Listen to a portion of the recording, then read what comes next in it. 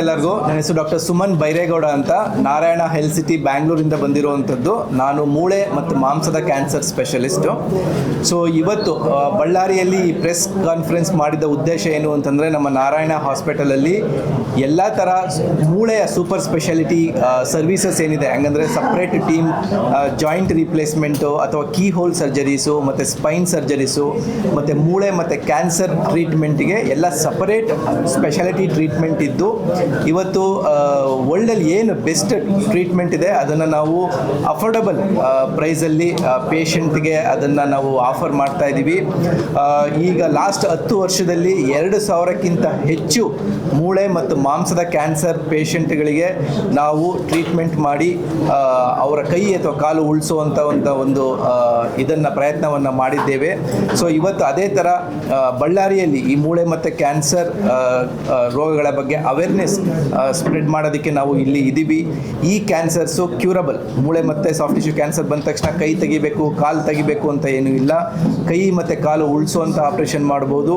ಮತ್ತು 60 to 70% ಜನ ನಾವು ಸಂಪೂರ್ಣವಾಗಿ ಕ್ಯಾನ್ಸರಿಂದ ಗುಣಪಡಿಸ್ಬೋದು ನಾವು ಪೇಷಂಟ್ನ ಸ್ಟೇಜ್ 1 ಮತ್ತು ಸ್ಟೇಜ್ 2 ಅಲ್ಲಿ ಡಯಾಗ್ನೋಸ್ ಮಾಡಿದರೆ. ಸೊ ಈ ಥರ ಏನೇ ಪ್ರಾಬ್ಲಮ್ ಇದ್ರೂ ಬೋನ್ ಕ್ಯಾನ್ಸರ್ ಸ್ಪೆಷಲಿಸ್ಟ್ ಡಾಕ್ಟರ್ನ ಮೀಟ್ ಮಾಡಿ ಟ್ರೀಟ್ಮೆಂಟನ್ನು ತಗೋಬೇಕು ಅಂತ ನಾನು ಕೇಳ್ಕೊಳ್ತೀನಿ.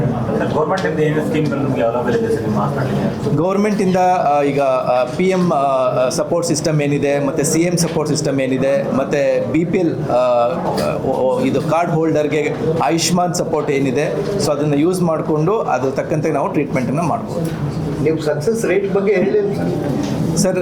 ಆಸ್ಟಿಯೋಸಾರ್ಕೋಮಾ ಮತ್ತು ಇವಿಂಗ್ಸ್, because you got experience with so many surgeries, you must be knowing, no, that how much success. So when we treat the patient in stage 1 ಮತ್ತು stage 2 ಬೋನ್ ಕ್ಯಾನ್ಸರ್ ಅಲ್ಲಿ ಸರ್ 60ರಿಂದ 80% ಜನ ನಾವು ಸಂಪೂರ್ಣವಾಗಿ ಕ್ಯಾನ್ಸರಿಂದ ಗುಣಪಡಿಸ್ಬೋದು. ಮತ್ತು ಇವತ್ತಿನ ದಿನ ಆಧುನಿಕ ತಂತ್ರಜ್ಞಾನ ಯೂಸ್ ಮಾಡಿ 90ರಿಂದ 95% ಜನಗಳಲ್ಲಿ ನಾವು ಕೈ ಮತ್ತು ಕಾಲು ಉಳಿಸೋವಂಥ ಸರ್ಜರಿನ ಮಾಡ್ಬೋದು. ಸರ್, ಈ ಕ್ಯಾನ್ಸರ್ ಯಾವ ಉದ್ದೇಶದಿಂದ ಬರುತ್ತೆ ಅಂತ ಕೇಳ್ತಾರೆ. ಮೇನ್ ಏನು ಅಂತಂದರೆ, ಈ ಎಕ್ಸ್ಪೆಷಲಿ ಮೂಳೆ ಮತ್ತು ಮಸಲ್ ಕ್ಯಾನ್ಸರ್ಗೆ ಕಾರಣ ಯಾವುದೂ ಇಲ್ಲ. ಏನಕ್ಕೆ ಬರುತ್ತೆ ಅಂತ ಇನ್ನೂ ರಿಸರ್ಚ್ ಲೆವೆಲಲ್ಲಿದೆ. ಆದರೆ ಏನು ಒಂದು ಒಳ್ಳೆ ವಿಷಯ ಅಂತಂದರೆ, ಇದು ಹೆರಿಡಿಟ್ರಿ ಅಲ್ಲ, ನಿಮ್ಮ ಫ್ಯಾಮಿಲಿ ಬರುವಂಥದ್ದು ಅಥವಾ ಮುಂದಿನ ಪೀಳಿಗೆಗೆ ಬರುವಂಥ ಕ್ಯಾನ್ಸರ್ ಅಲ್ಲ. ಇದು ಕಾರಣ ಇನ್ನೂ ರಿಸರ್ಚ್ ಲೆವೆಲಲ್ಲಿದೆ, ಯಾರಿಗೂ ಗೊತ್ತಿಲ್ಲ. ಇದೆಲ್ಲ ಮೇಜರ್ ಸರ್ಜರೀಸು. ನಮಗೆ ಇದು ಸಪೋರ್ಟ್ ಸಿಸ್ಟಮ್ಮು ಹೇಳಿದ್ನಲ್ಲ, ಕೀಮೋಥೆರಪಿ ಬೇಕಾಗ್ತದೆ, ರೇಡಿಯೇಷನ್ ಬೇಕಾಗ್ತದೆ, ಇದೆಲ್ಲ ಇರುವಂಥದ್ದು ನಾವು ಬ್ಯಾಂಗ್ಳೂರಲ್ಲಿರೋ. ಸಿಂಟಮ್ಸ್ ಹೇಗೆ ಅಂತಂದರೆ, ಮೂಳೆ ಪೇಯ್ನು 2ರಿಂದ 3 ವಾರ. ಈಗ ನಾರ್ಮಲ್ ಆಗಿ ಮೂಳೆ ಉಳುಕ್ತು ಅಥವಾ ಕಾಲು ಉಳುಕ್ತು ಅಂತಂದರೆ ಮಾತ್ರೆ ತೊಗೊಂಡ್ರೆ 2ರಿಂದ 3 ವಾರಕ್ಕೆ ಕಡಿಮೆ ಆಗೋಗ್ತದೆ. ಮಾತ್ರೆ ತೊಗೊಂಡ್ರೂ ನೋವು ಕಡಿಮೆ ಆಗದೇ ಜಾಸ್ತಿ ಆಗ್ತಾ ಇತ್ತು. ಅಥವಾ ಮೂಳೆಯಲ್ಲಿ ಊತ ಬಂತು, ಯಾವ ಮೂಳೆಯಲ್ಲೂ ಊತ ನಾರ್ಮಲ್ ಅಲ್ಲ, ಅದು ಅಬ್ನಾರ್ಮಲ್. ಸೊ ಆ ಥರ ಮೂಳೆಯಲ್ಲಿ ಊತ ಬಂತು. 3ನೇದು, ಸಣ್ಣ ಪುಟ್ಟ ಪೆಟ್ಟಿಗೆ ಮೂಳೆ ಮುರಿತು. ನಮ್ಮ ಮೂಳೆ ನಿಜವಾಗ್ಲೂ ಸ್ಟ್ರಾಂಗ್ ಇರುತ್ತೆ, ಎಸ್ಪೆಷಲಿ ಮಕ್ಕಳಲ್ಲಿ. ಸಣ್ಣ ಪುಟ್ಟ ಪೆಟ್ಟಿಗೆ ಆಟ ಆಡಬೇಕಾದ್ರೆ ಬೌಲಿಂಗ್ ಮಾಡ್ತಾ ಶೋಲ್ಡರ್ ಮೂಳೆ ಮುರಿತು. ಆ ಥರ ಅಂದಾಗ ಒಳಗಡೆ ಏನೋ ಪ್ರಾಬ್ಲಮ್ ಇದೆ ಅಂತ ಇರುತ್ತೆ.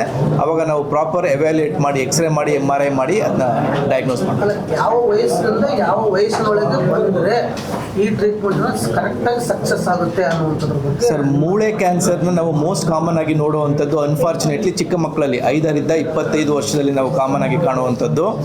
ಸೊ ಏಜ್ ಮೇಲೆ ಟ್ರೀಟ್ಮೆಂಟ್ ಔಟ್ಕಮ್ ಡಿಪೆಂಡ್ ಆಗೋದಿಲ್ಲ. ಟ್ರೀಟ್ಮೆಂಟ್ ಔಟ್ಕಮ್ ಡಿಪೆಂಡ್ ಆಗುವಂಥದ್ದು ಸ್ಟೇಜಲ್ಲಿ. ಸೊ ಸ್ಟೇಜ್ ಅರ್ಲಿ ಸ್ಟೇಜ್ ಅಂತ ಏನು ಹೇಳ್ತೀವಿ, ಸ್ಟೇಜ್ 1 ಸ್ಟೇಜ್ 2 ಅಲ್ಲಿ ಬಂತಂತಂದರೆ ನಾವು ಕ್ಯಾನ್ಸರ್ನ 60 to 80% ಆಫ್ ದ ಟೈಮಲ್ಲಿ ಸಂಪೂರ್ಣವಾಗಿ ಗುಣಪಡಿಸ್ಬೋದು. ಯಾವ ವಯಸ್ಸಿನಿಂದ ಯಾವ ವಯಸ್ಸಿನ ಪೀಡಿಯಾಟ್ರಿಕ್ ಅನ್ನೋ. ಆದರೆ paediatric after the 25 years 35 years 45 years sir ಏನಾಗುತ್ತೆ ಅಂತಂದರೆ, ಏಜ್ ಆದಷ್ಟು 60, 70ರಿಂದ 80 ವರ್ಷದ ಮೇಲಾದರೆ ನಾವು ಅವ್ರಿಗೆ ಕೀಮೋಥೆರಪಿ ಕೊಡೋಕ್ಕಾಗೋದಿಲ್ಲ. ಯಾಕಂದರೆ ಬಾಡಿ ಕೀಮೋಥೆರಪಿ ತಡ್ಕೊಳ್ಳೋದಿಲ್ಲ. ಅಂಥವರಲ್ಲಿ ಔಟ್ಕಮ್ ಕಡಿಮೆ ಆಗ್ತದೆ. ಬಟ್ ಒಂದು ಪೇಷಂಟ್ 65 ವರ್ಷದ ಅಜ್ಜಿ, ಅವ್ರದ್ದು ನಾನು ಫೋಟೋ ಹಾಕಲಿಲ್ಲ, ಅವರು ಕೀಮೋಥೆರಪಿನೂ ಸಂಪೂರ್ಣವಾಗಿ ತೊಗೊಂಡು ಅಜ್ಜಿಗೆ ಒಂದು ಕಾಂಪ್ಲಿಕೇಶನ್ ಆಗದೇ ಇವತ್ತು 7 ವರ್ಷ ಆಗಿದೆ ಟ್ರೀಟ್ಮೆಂಟನ್ನು ಮುಗಿಸಿ. ಏನು ಹೇಳೋಕ್ಕೆ ಇಷ್ಟಪಡ್ತೀನಿ ಅಂತಂದರೆ, ಯಾರು ಗಟ್ಟಿಯಾಗಿರ್ತಾರೆ, ಕೀಮೋಥೆರಪಿನ ಚೆನ್ನಾಗಿ ತೊಗೊಳ್ತಾರೆ, ಅಂಥವರಲ್ಲಿ ಔಟ್ಕಮ್ ಚೆನ್ನಾಗಿರುತ್ತೆ. ಚಿಕ್ಕ ವಯಸ್ಸಿದ್ದಷ್ಟು ಕೀಮೋಥೆರಪಿ ಚೆನ್ನಾಗಿ ಸ್ಪಂದಿಸ್ತಾರೆ.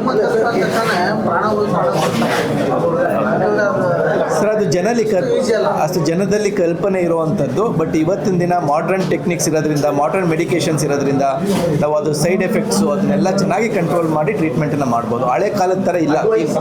sir, which stage you are going to do this surgery for a patient?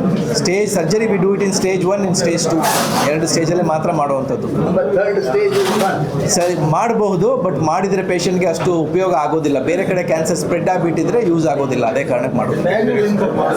ಇದಕ್ಕೆ ನಾವು ಟಿಶ್ಯೂ ಡಯಾಗ್ನೋಸ್ ಅಂತ ಹೇಳ್ತೀವಿ. ಒಂದು ಸಣ್ಣ ಸುಹಿ ಹಾಕಿ ಅಲ್ಲಿಂದ ಸೆಲ್ಸ್ನ ತಗೊಂಡು ಪರೀಕ್ಷೆ ಕಳಿಸ್ತೀವಿ, ಬಯಾಪ್ಸಿ ಅಂತ. ಇದೆಲ್ಲ 100% ಯಾವ ಕ್ಯಾನ್ಸರು, ಏನು ಗ್ರೇಡು, ಇದಕ್ಕೆ ಯಾವ ಥರ ಟ್ರೀಟ್ಮೆಂಟ್ ಅನ್ನೋದು ಸಂಪೂರ್ಣವಾಗಿ ಇದ್ರ ಮೇಲೆ ಡಿಪೆಂಡ್ ಆಗುವಂಥದ್ದು.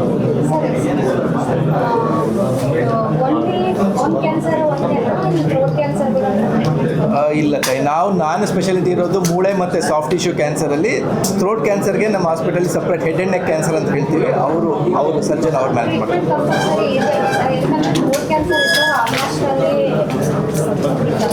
ಆ ಥರ ಇಲ್ಲ ಮಾಡಿ ಸ್ಟೇಜ್ ಮೇಲೆ ಡಿಪೆಂಡ್ ಆಗುತ್ತೆ. ಅಗೇನ್ ನಾನದು ಸ್ಪೆಷಾಲಿಟಿ ನನ್ನ ಇದು ಬರೋದಿಲ್ಲ. ಸೊ ಇದೆ.